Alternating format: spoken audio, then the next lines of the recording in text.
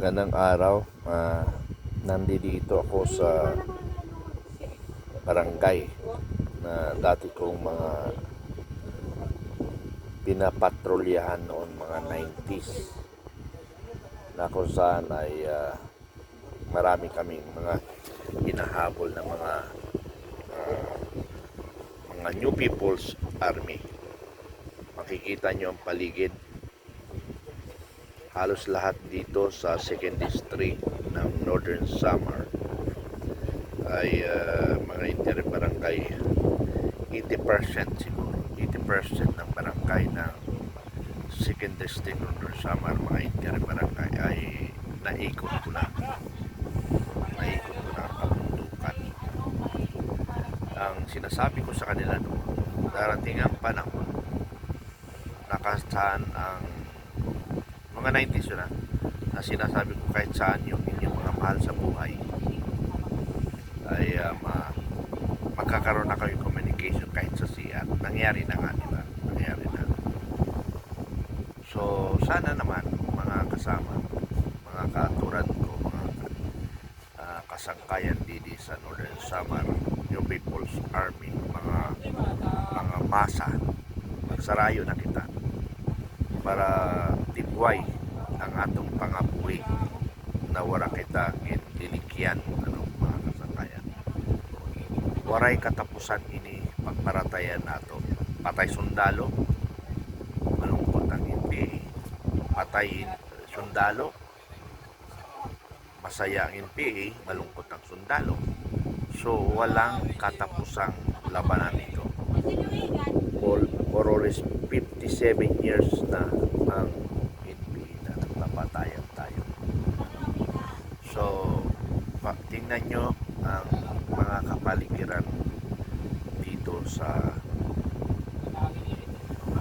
barangay San Vicente, Anomo, Ibubulyaw. Naka-detachment ako sa barangay San Vicente. Ang barangay Ibubulyaw, nagkaroon ako ng command post ng aking company. Ang Anomo ay kasama ko sa mga iniikutan noon. So makita yung kapaligiran, kabundukan, halos naikot ko na ito. Panoorin niyo.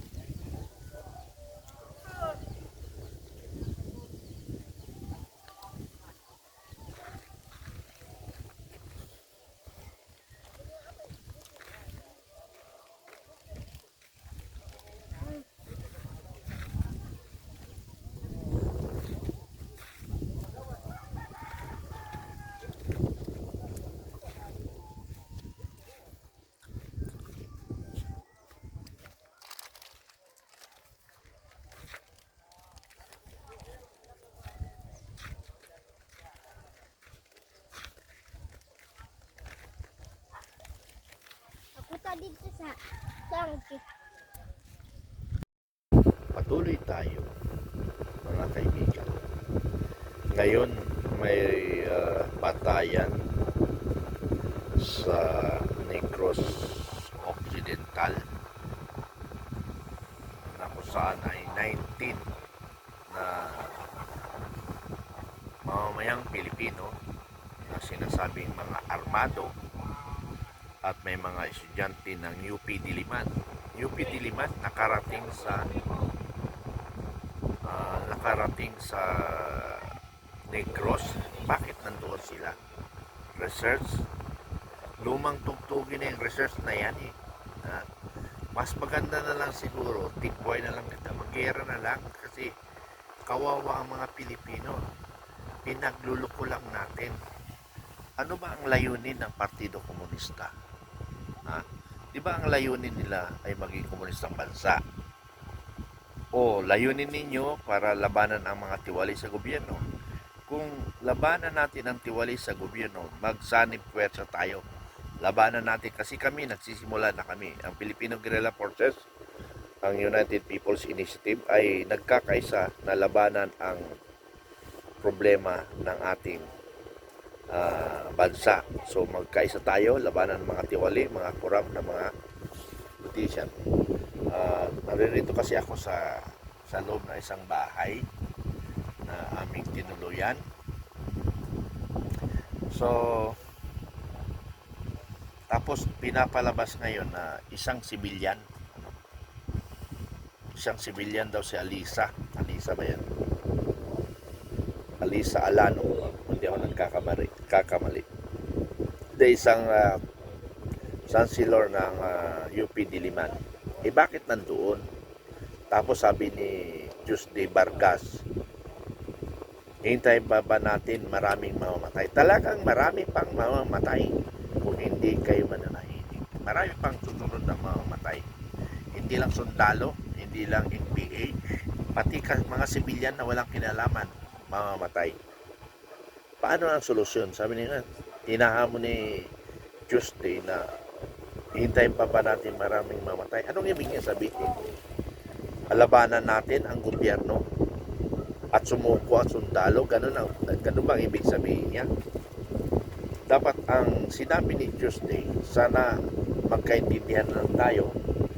Pero sa totoo lang, bilang isang dating sundalo, hindi tayo maglalabanan kung kayo mga sinungaling sa UP Diliman. Mga sinungaling kayo sa UP Diliman. Subukan yung mamundok nang hindi kayo nagdadala ng armas. At huwag kayo sanib sa mga may armas. Hindi siya mamamatay. Paano nakikipagkita kayo sa mga armado? Sa mga armado. So madadamay talaga kayo kasi yung armado is illegal. Parang lumalabas kayo, obstruction of justice kayo. Mga kriminal yung pinupuntahan nyo. Illegal sila. Talaga madadamay kayo. Tapos ngayon, ang sisihin nyo, ang gobyerno. Parang mali. Para bang sinasabi nyo, mga nasa gobyerno, manahimik kayo, kami ang dapat pakinggan nyo. Ano bang klase pag-uutak ninyo? Ikaw dedikasin nyo. Nabubuhay na lang pamilya mo sa pagsisinungaling mo. Yeah? Dedikasin nyo, Reyes, aywan ko sa inyo. Nabubuhay na lang kayo sa paglililang ng Pilipino. Anyway, gusto nyo ng patayan, ituloy tayo. Pero sabi ko sa totoo lang, meron akong naisip na konsepto na hindi nyo sisihin ang sundalo. Kasi ang sundalo ay tumutugon lang sa kahilingan ng taong bayan. Hindi yan kikilos ang sundalo kung walang kahilingan ng taong bayan. Sinong taong bayan? Kayo, di ba? Kayo rin na may kahilingan. Kung hindi kayo, yung kasama nyo. Kaya sabi ko sa inyo mga kaibigan, mga kasama, sana itigil na natin ito. Magsanay pwersa tayo kung gusto ninyo. Kung sinasabi niyo tiwaling gobyerno, bakit hindi tayo magkaisa? Labanan natin ang tiwaling gobyerno. Pero nanawagan ako sa armed forces. Dalawa na sinasalungat ninyo na problema, itong NPA na matagal ng labanan itong NPA. Kami na lumalaban kami sa korupsyon, sa tiwali. We are not fighting the government. We are helping the government to resolve the problem of the Philippine government. Hindi kami kaaway. Kami ay kakampi. Ang United People's Initiative ay kakampi nyo. Ang Filipino Guerrilla Forces Vanguard of Democracy ay kakampi nyo sa lahat ng laban, especially yung korupsyon, tiwali sa gobyerno. Yun yung kaaway namin. Hindi yung matitinong nasa gobyerno. Gago ba kami? Galing kami ng armed forces. Ang dinalabanan namin tiwali. Tiwali sa gobyerno. Kaya sabi ko sa inyo mga kababayan, kamag-anak ko, pwede ba itigil na natin? Pwede ba mag-usap-usap na lang tayo? Kayo, ikaw Tuesday, huwag mong i-challenge ang gobyerno. nahintayin nyo pa na marami pang mamamatay. Eh talagang marami pang mamamatay kung hindi ka manahimik. Sana ang ginawa mo Tuesday, Vargas, naging neutral ka na kung pwede pag-usapan na lang natin ang problemang ito. Ano ang solusyon? Yun ang dapat sinasabi mo. Kung mahal mo ang bayan mo, solusyon ang pag-uusapan natin, hindi yung mag-challenge ka.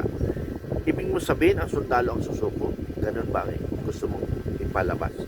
Parang mali, di ba? Tuesday.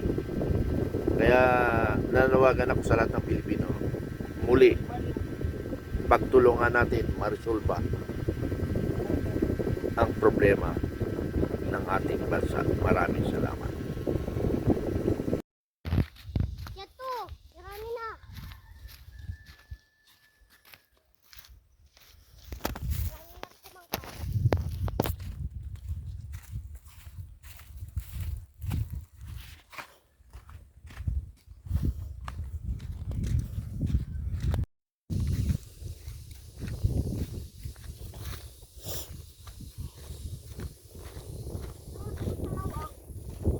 Tara.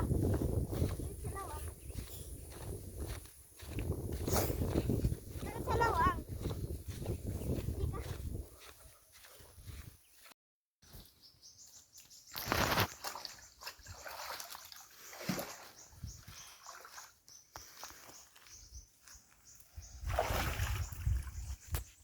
Ito loonan. Sabi din, ito loonan. May loonan na yan sa pangpang.